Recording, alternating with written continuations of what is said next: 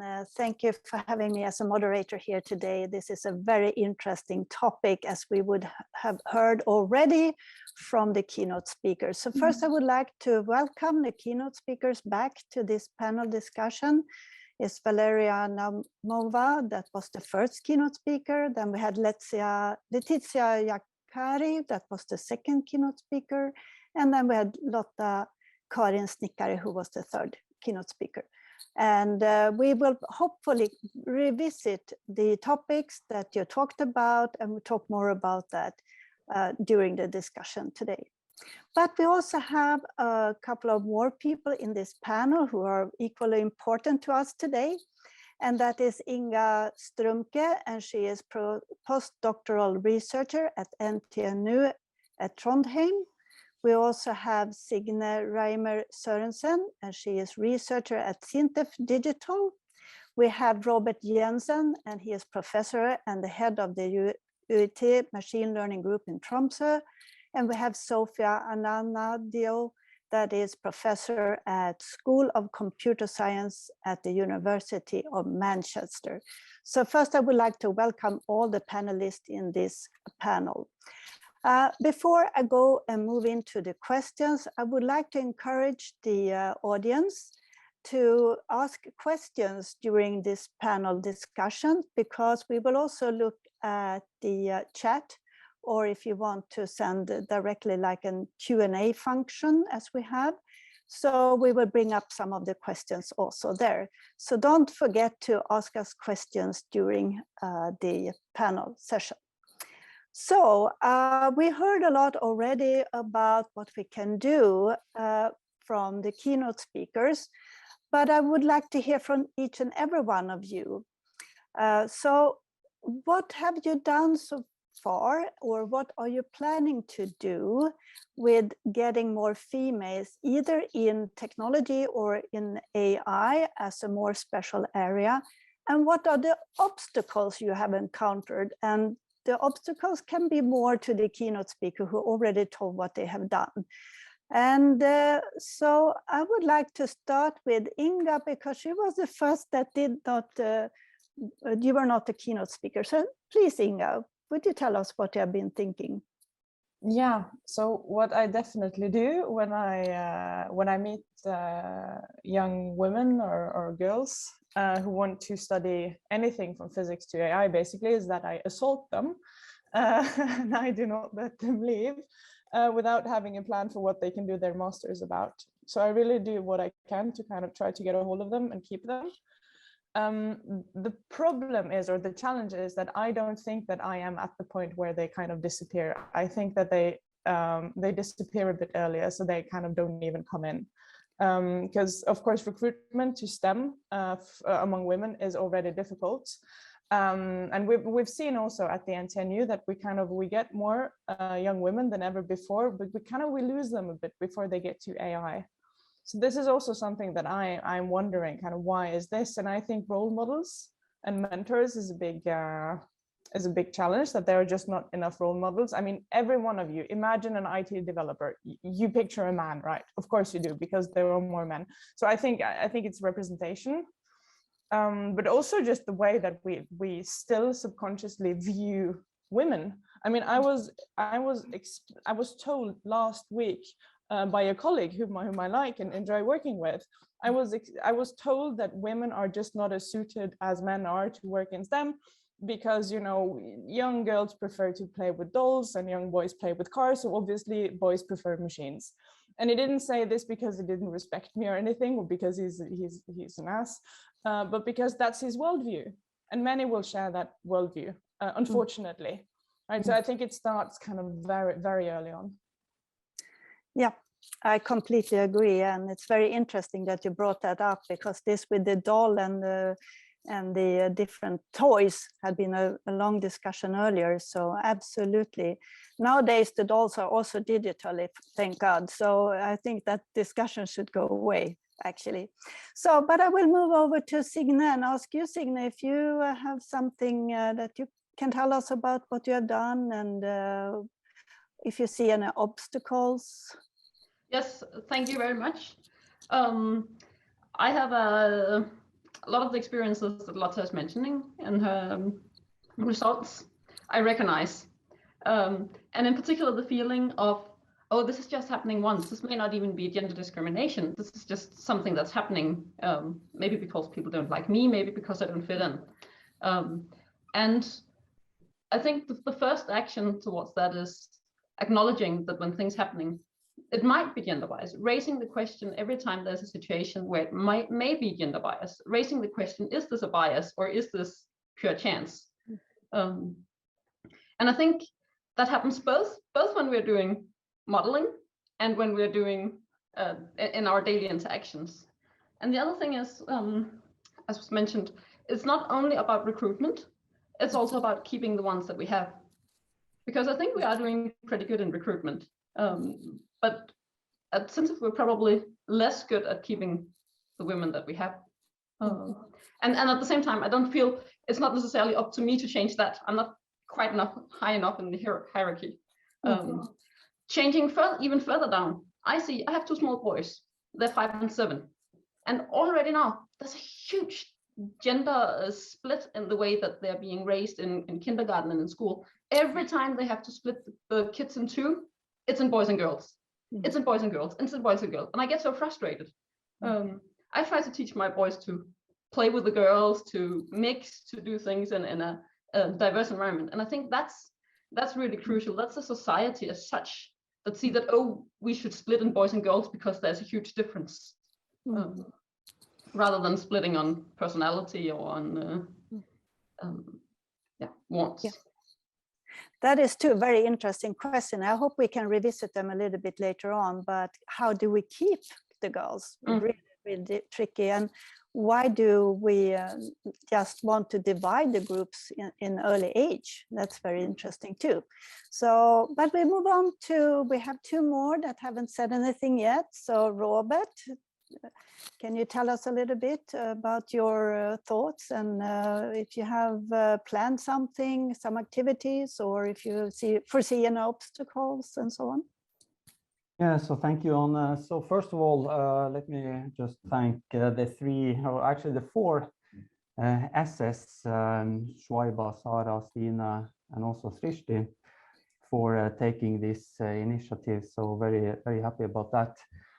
So of course, my perspective, my experience is maybe a little bit different from many of yours. So what I could say is that from my early days as a student, as a pupil in school, I recognize much of what you've seen. I remember we were 13, I think, studying together the same study program, and one female out of the 12 or 13. So it's of course a challenge. When it comes to recruitment, it's a challenge.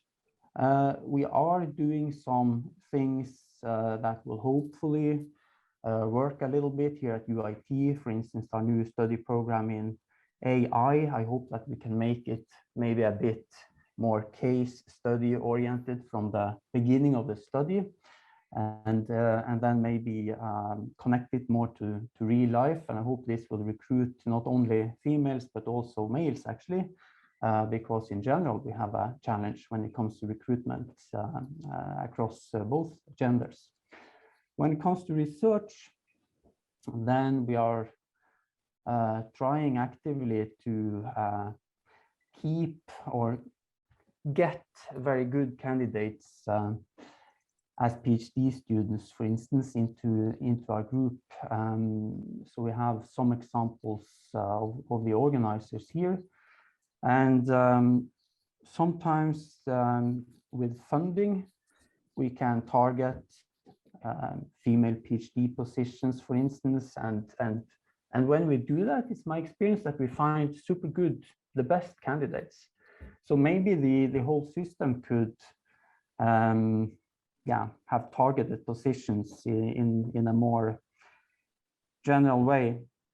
What we have done also in our research group and also in Visual Intelligence, the research center, is to try to be active when it comes to trying to maybe nurture future applicants for faculty positions by having quite a lot of the Professor 2 positions being female. So I think right now we have 3 in our group, down from 4 recently.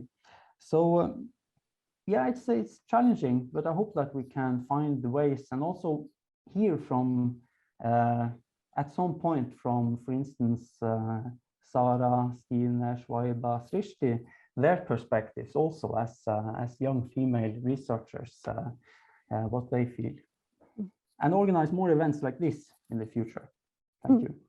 Yeah, thank you so much. And yes, recruiting is a problem as I could see it. And I think it is also, if you look at Norway as a long stretch country, it really differs between the university, but I also have the same experience as you, and it is of course both genders and also make them stay. So there are several different things there. So thank you so much, and we will also revisit the topic, I hope. So we have one more. Sophia, can you tell us a little bit about what you've been doing? Well, thanks for having me.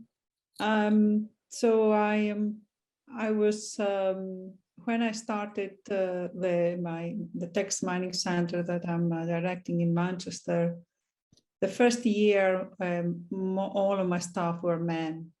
Then currently this has been without specifically targeting women, we have a percentage of 60% women, 40% men. This is perhaps happening because people like researchers want to see women in leading positions, and I think it's quite important. And this is a very, of course, small thing we can do. So for my part, I encourage a lot, and also taking into account environment like work and family. So women very often they're more involved in raising children and taking other responsibilities. So flexibility in the working environment is quite important. At the end of the day, people are rendering the same type of work. But here I think, and perhaps we'll discuss it later on, I think the working environment is, I mean, I can do as much, but the working environment in academia and perhaps in industry as well is more important, because in order to retain, and people talk about retaining women, retaining people, we have to think about the policies and the kind of the frames that we have, the working frames in our working environment, and how, to what extent there are aspects of discrimination, which are not only gender, and we'll come back to this because gender is not dissociated for other types of discrimination, which could be race, sexual orientation, etc. So this, the moment we don't, and this is a very collective way of addressing those issues. So a person, I'm a professor, I can do as much as I can, but this is the whole, we're all in an environment. And the last keynote speaker mentioned some very interesting things about the working environment. So yeah, I think I'm not so sure how we can do that, because it's really policy making. Yeah, very, very interesting. So I will actually leave the word to the keynote speakers, because now you heard a little bit from what the other one said. So is there anything you've been thinking about, something you would like to add, something more about the obstacles or anything else? I think one of the biggest obstacles is when people start to talk and put excellence and diversity one against the other. So I was really happy when Robert said, when we employ women, then we have get the best students. Yes. So if we are able to tell stories that diversity improve the team, diversity improve the product, diversity brings economic advantages to the companies, then we will make big steps. The policymaker will understand us and will will support us. And another thing that I learned on my skins, that when we deal with this gender gap, we have to be very, very kind. And personally, I tend to be very angry when I hear rhetoric, like people who want to put gender and excellence one against the other. But then we have to calm ourselves and be kind anyway, because we can ruin a lot if we are not behaving in a kind way, even when we disagree. So I talked a lot, sorry. No, that's very good. Thank you so much.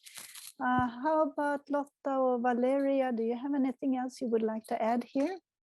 Yes, please. Yes. First, I would like to say that I agree with you, Letizia, that it's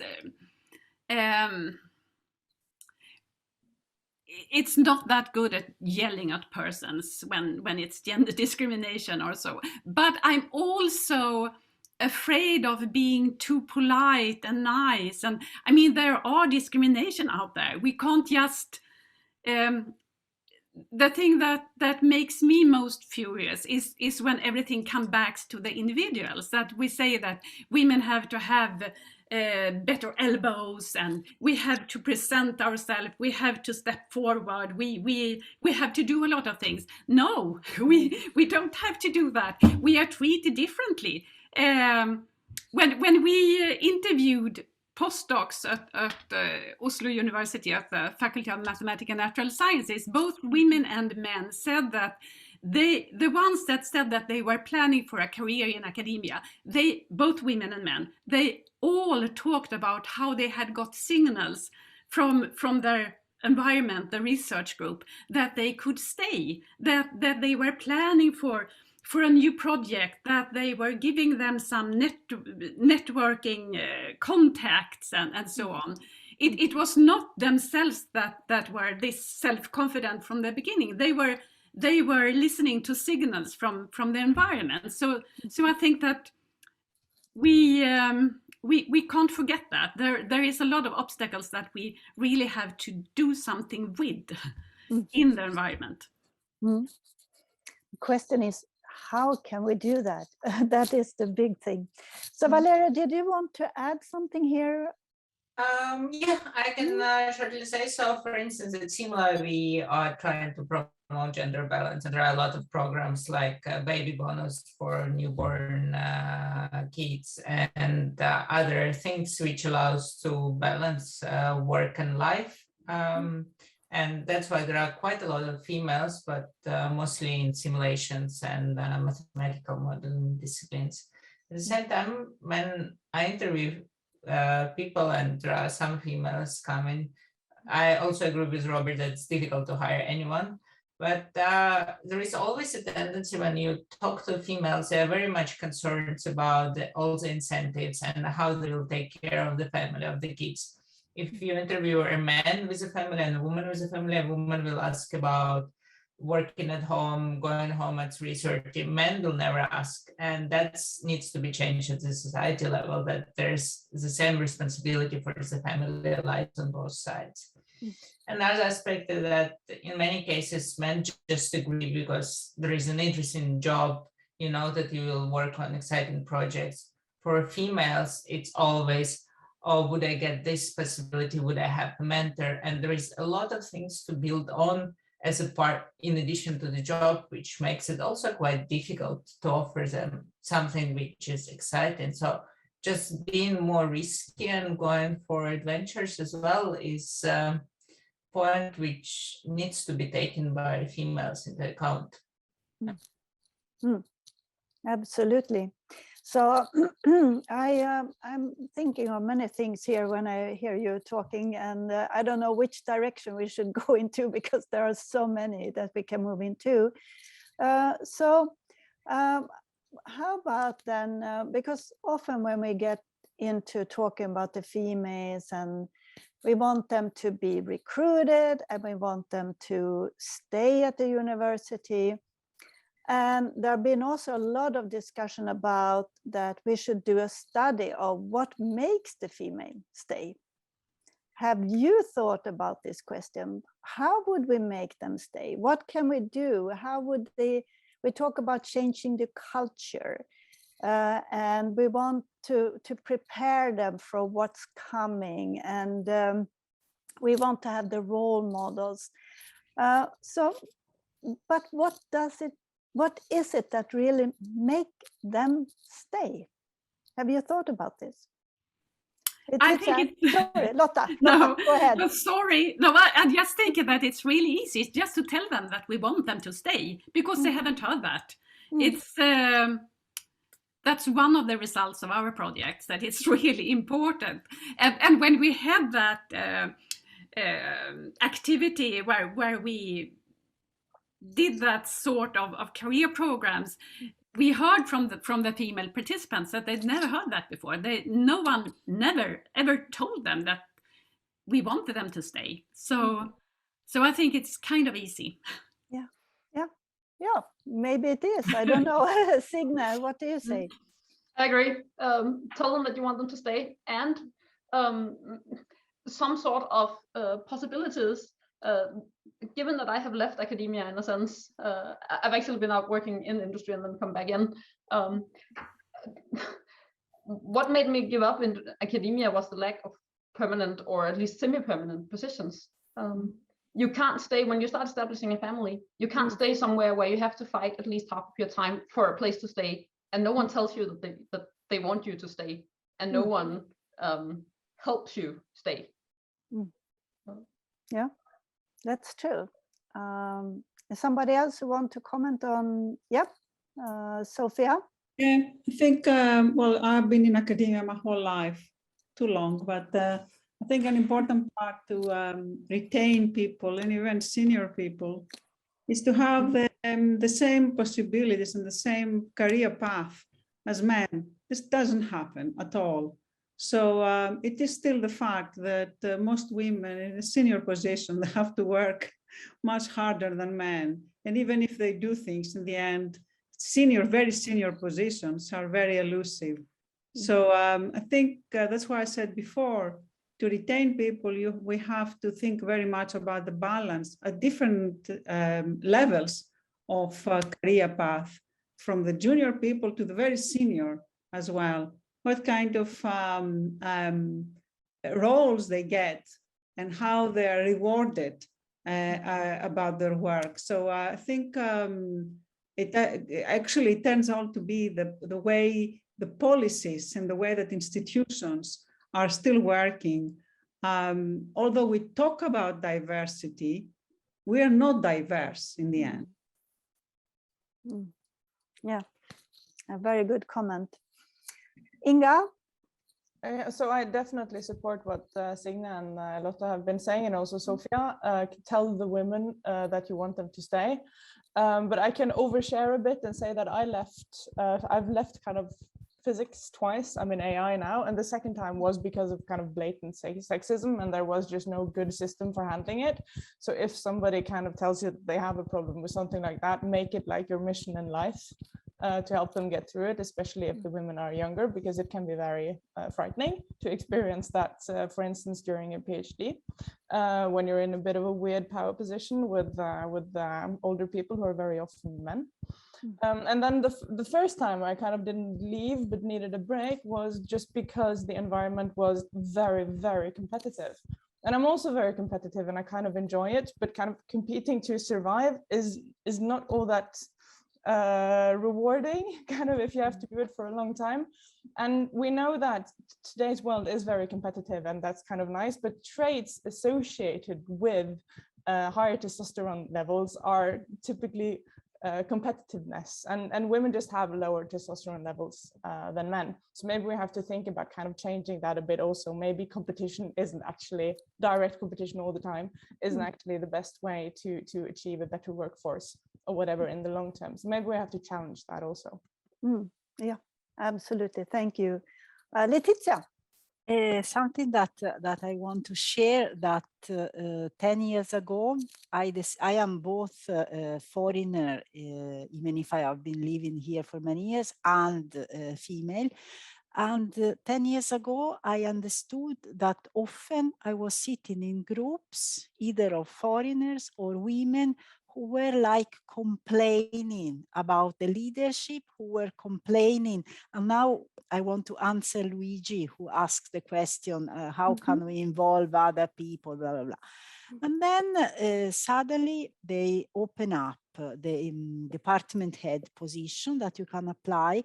And I really get over myself like a call. I said, I have to apply for this position, even if I am not qualified, because I have never led more than 2 people and suddenly I should lead 100.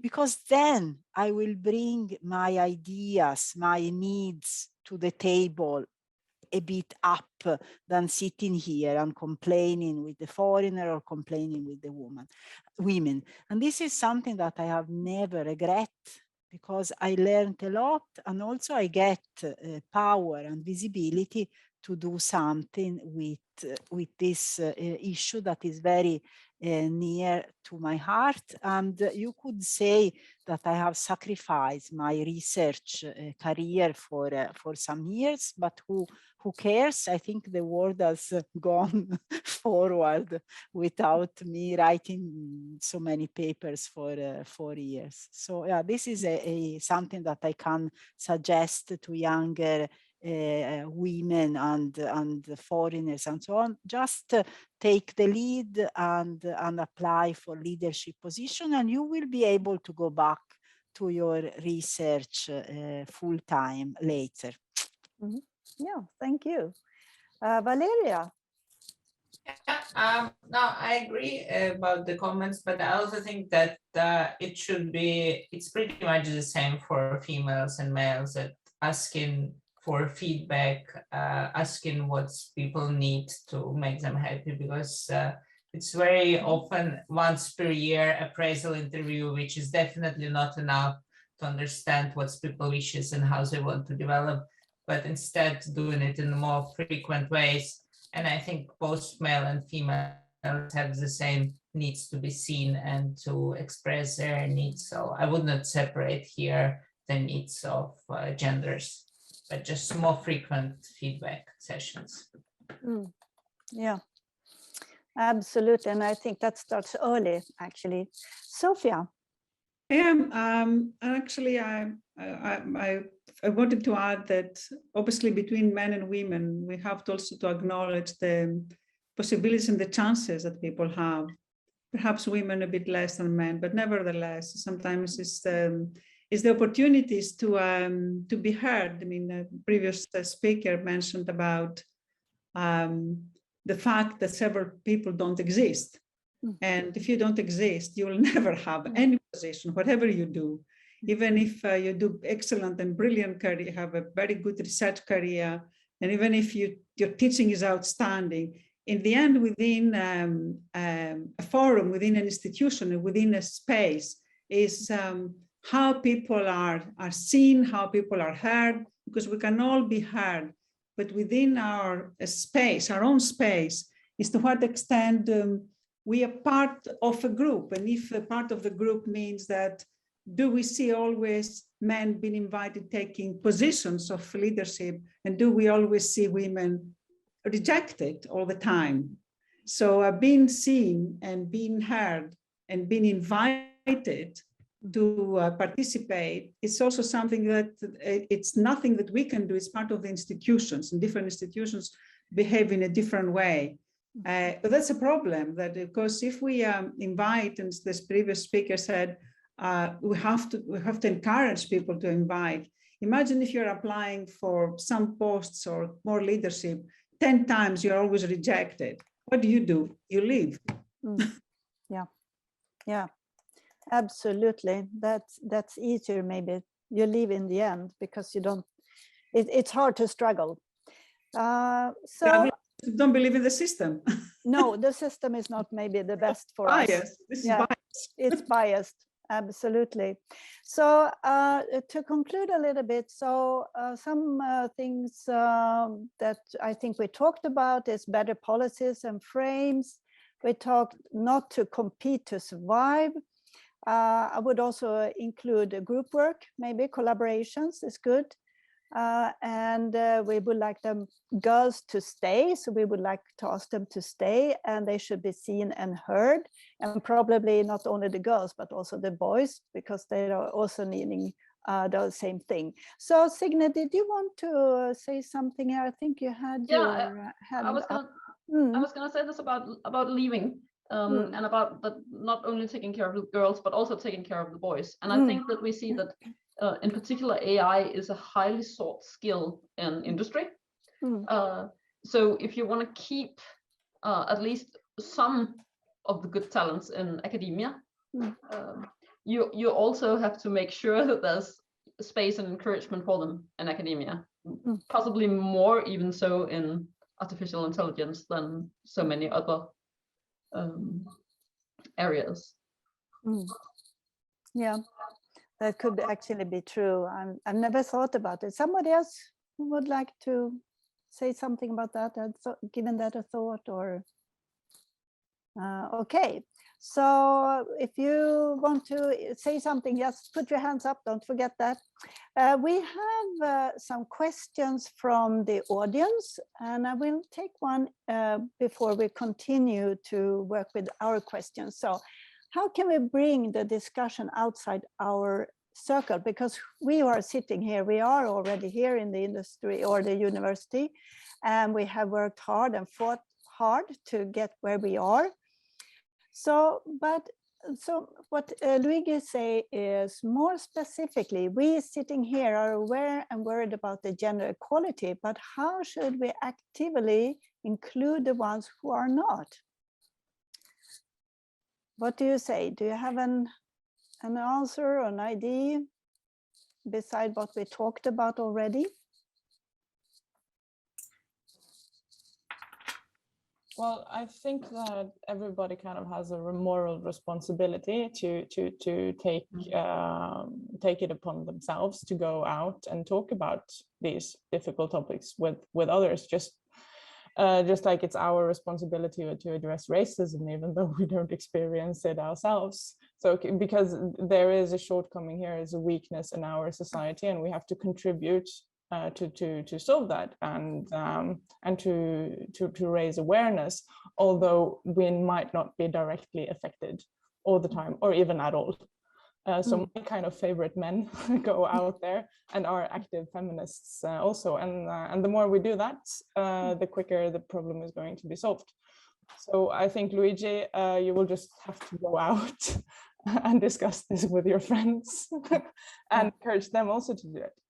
Yeah, so be your own role model, actually, in some sense. Lotta, you wanted to say something too, right?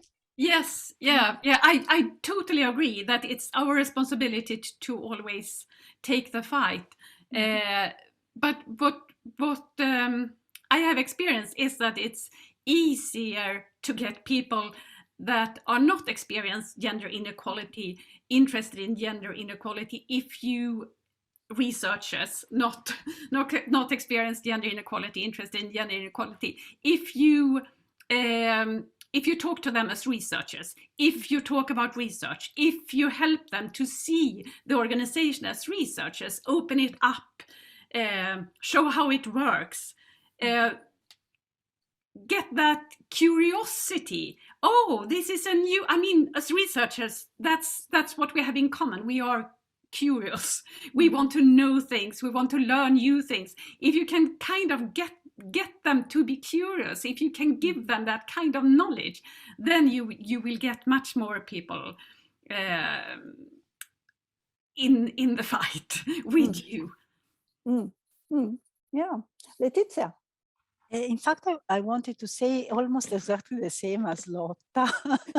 And I can add that we should be able to document, as you have done in the front project with the book, we should be able to document these advantages of working with balance. We should know more. I admit I know very little about how and if innovations are gender balanced or not. We know that Facebook has been invented by Zuckerberg, and we know about Anne, you have this wonderful presentation with all the men inventors and some women inventors. We have to do more of this type of dissemination and also go into the products.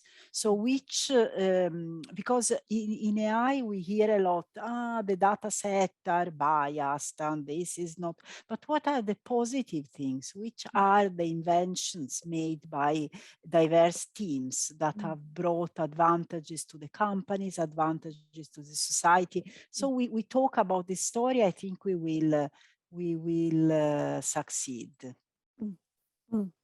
Yeah, absolutely. Robert?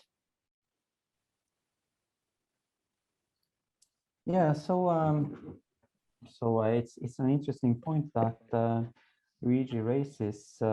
So at least in my experience, the last couple of years, there seems to be more and more interest in our field from maybe societies and various kinds of institutions that were maybe not so much familiar with AI and these kind of things before. So one thing we could do is to always say yes if we are invited into some kind of forum where we are maybe feel that it's a little bit off what we are used to, or this thing about engaging into society as academic people, and many of you do that a lot, but I think many of us have more to go on there. Then it's something maybe about reaching let's say people in society in general. So where I live, irrespective of the gender imbalance, it's not always people really know about what impact research really has in society in general, why anybody should enter university or research or technology, or what kind of impact on healthcare or any climate, the marine sciences, things like that. And maybe it's possible to somehow be more proactive and try to reach, maybe in webinars, I don't know, parents of young people, not only the young people, but maybe their parents somehow. And then I wonder a little bit, what is the sort of the responsibility from the very top, government or university leadership, and how can we do something even if nobody asks us to from the top? I don't have the answers to that. No. But I also think tell about education wise and what you can do and be prepared. I also think it's a good idea. So absolutely.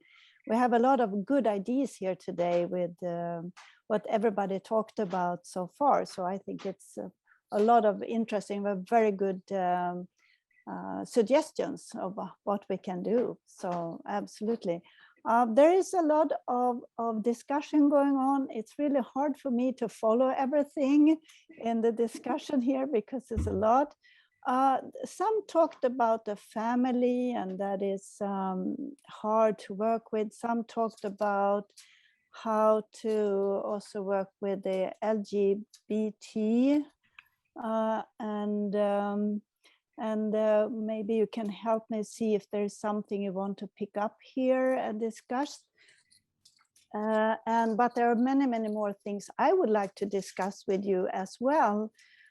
So I will leave the chat for a while and come back to that. So we have talked a lot about balance, and we talk about female and male and what we can do and so on, and how we can make them stay, and how we would like to change, or how we work with the environment.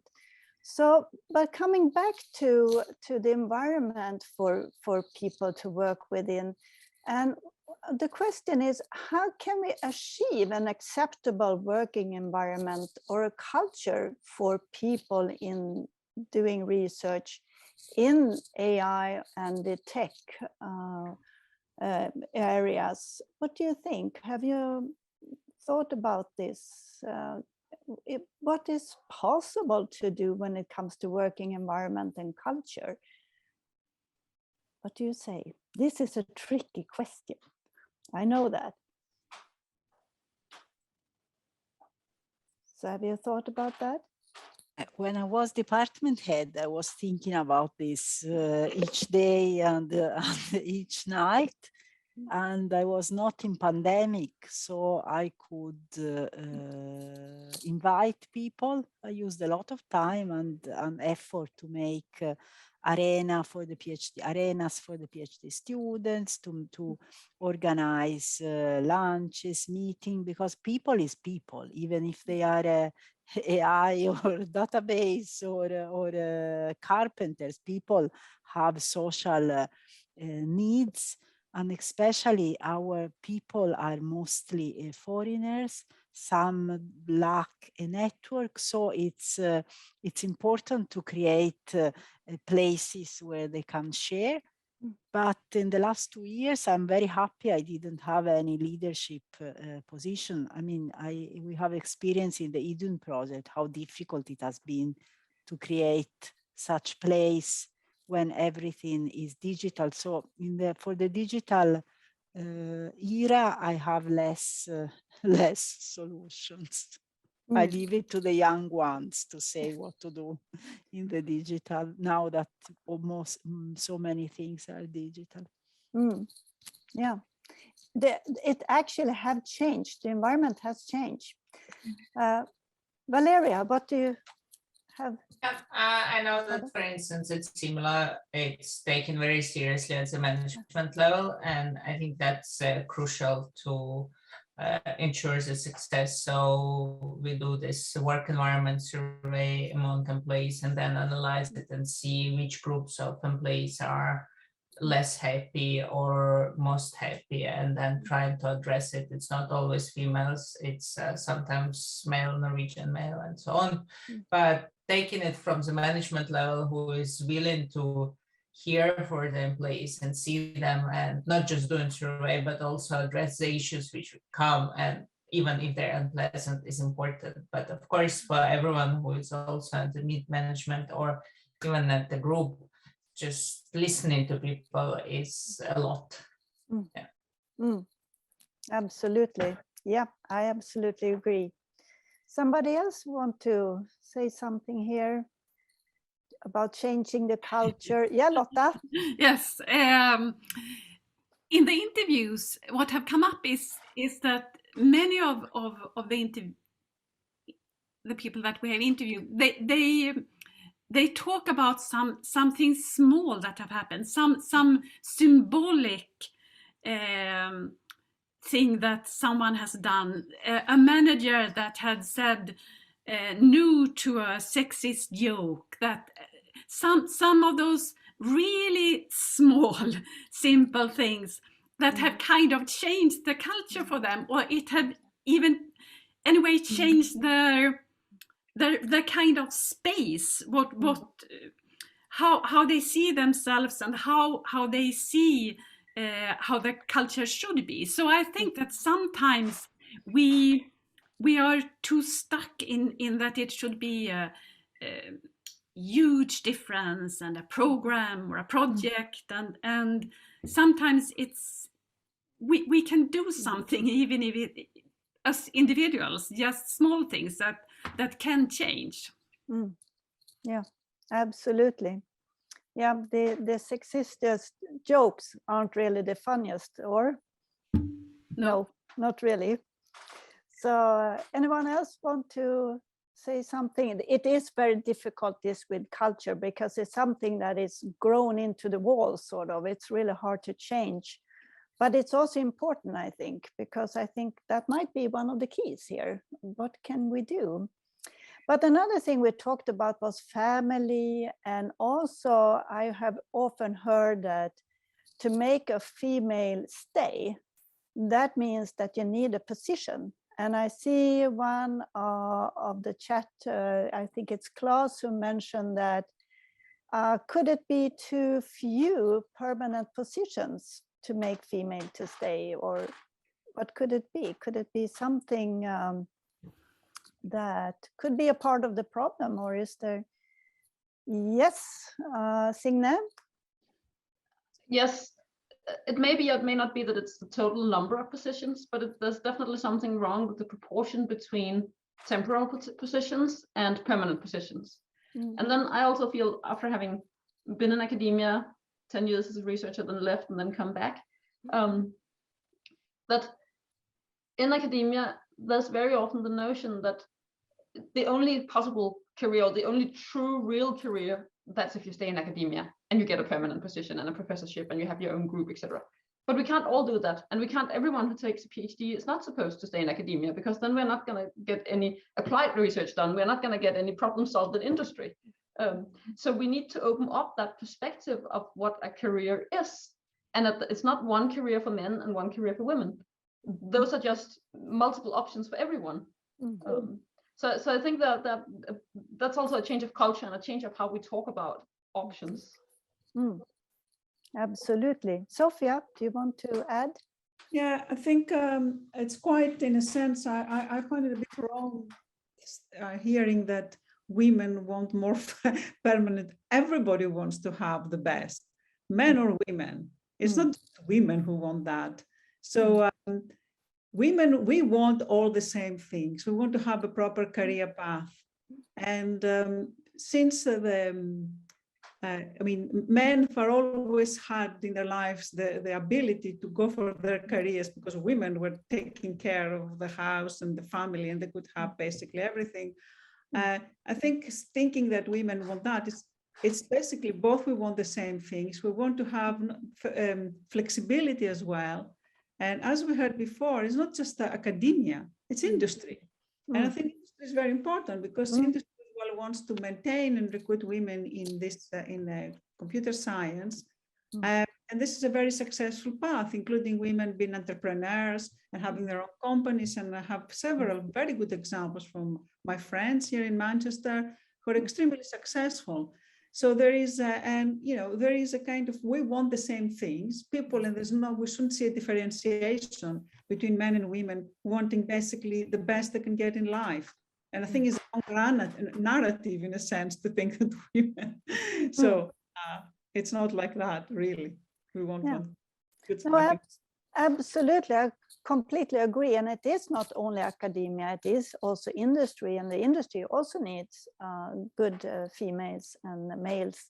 So both women and men working there and have high positions and can help out with different angles, different ways of thinking of things. We heard about biases and how to get away from that and so on. So absolutely, I think that is very, very important. And the time flies. I really love to talk about this topic with you. So, but I do want you to think about, what would you tell the audience if you could give them some examples, like a successful example or something to think about that they can bring with them when they now leave the panel, something they can maybe work with, or something that you could tell them as a very good example, something that they can work with after this. So some concluding remarks. So I would like each and every one of you to give them something to think about. I know it's hard, but I think it's important for people who have been listening to you. Who would like to start? Well, I can give my 5 cents, and I think that we should really appreciate how difficult this thing that we're trying to achieve is. We're trying to make changes to the system, and if you think historically, no systems have ever been changed. I mean, systems as large as society have ever been changed without somebody suffering.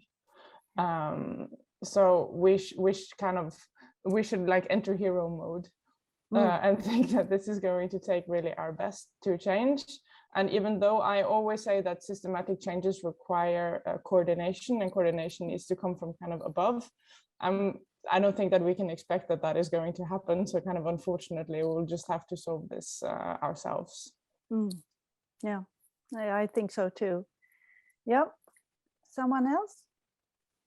I just want to say to especially young females and finishing their studies or starting career, just don't be shy, reach out to people, promote yourself, ask questions, and if needed, ask for mentorship. It doesn't need to be another female, just go whom you find interesting. Very good, absolutely. Signe? No, Sophia, sorry, Sophia first. Okay. I can go after. Okay. Yeah, I would say also, as Lotta mentioned, it's not always the big things that we have to change. And the few times where a male has actually stood up in discussions and said, hey, this is a problem, where it wasn't the female who had to stand up and say, this is a problem. That's some of the situations where I've felt really appreciated that it wasn't me who had to do the fight. Someone was actually ready to fight for me, even though it maybe wasn't me personally, but me in terms of opportunities and awareness.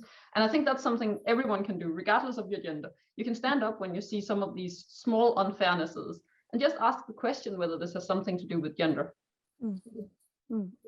Absolutely, yeah. Sophia.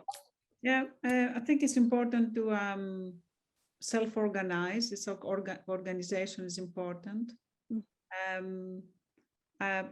Obviously, we're talking about women in AI, but I see the women as part of a bigger problem, not problem, a bigger issue in bias in our society, which has to do with not only gender, but race, religion, sexuality.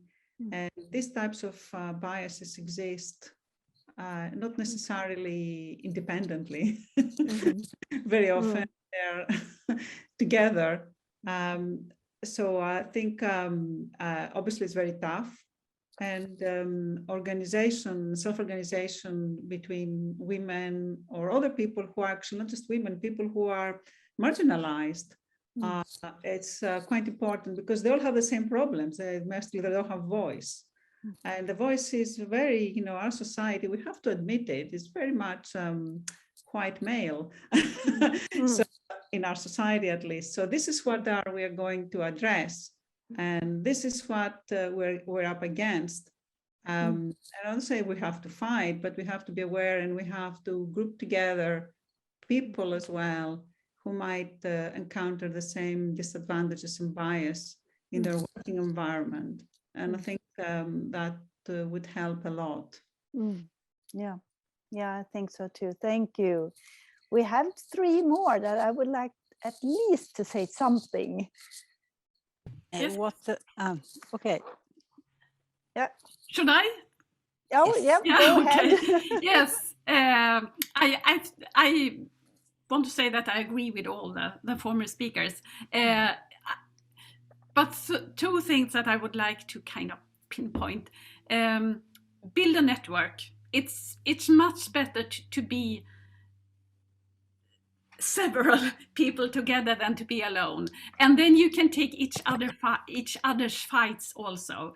So build a network, create a network.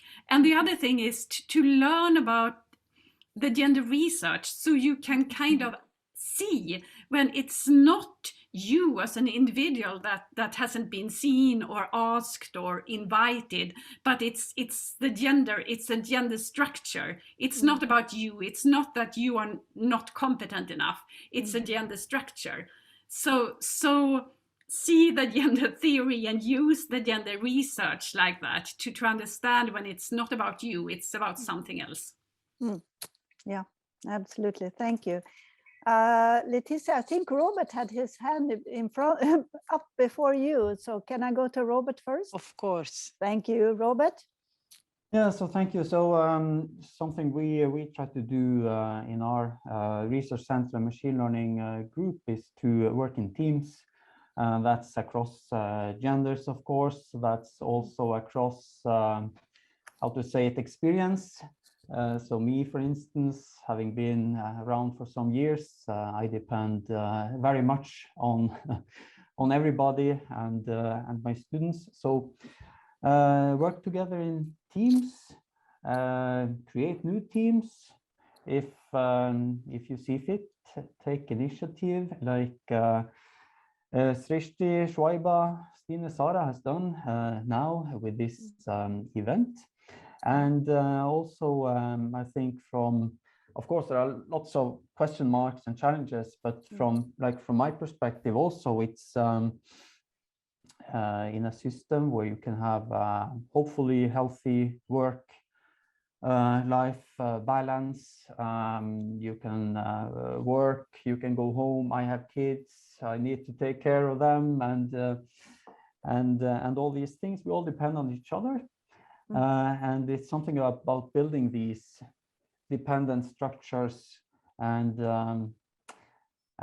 showcasing the value of everybody in such teams. Yeah, absolutely. Thank you so much. Letizia, now it's your turn. I wanted to say that my personal experience and my advice is always, again, to keep being kind. And personally, I prefer to cry myself than making my students or my team cry. So if, and we Italian, and at the department, we are a lot of Italian, Greek, and like South European atmosphere. It happens that somebody cries also because we are very passionate about research, about what you do, about what we do. And again, even if I am one of the oldest and most experienced, and I have been a department head for 300 people, because I started, I had 100, and I quitted, I had 300, but still, if I manage, I don't want to be bossy over other people, and I want to keep my style. Yeah, well, that's very interesting, and it shows vulnerability, and that's not something we really want to do, I guess. Cry yourself. So anyway, so I would like to say thank you so much for participating here today. It's been a fruitful, a wonderful panel discussion. I have had a great time. I actually had 20 more questions, but I don't think we can take them today. And one interesting thing I would like to say, one of the people commented, it should be more males on this panel. So next time, maybe you should think about a more mixed panel with not only different genders, but also thinking about LGBT and so on. So next time we think about that. So with that said, I would like to conclude this panel and thank everybody here and everybody who's been listening to us. And then I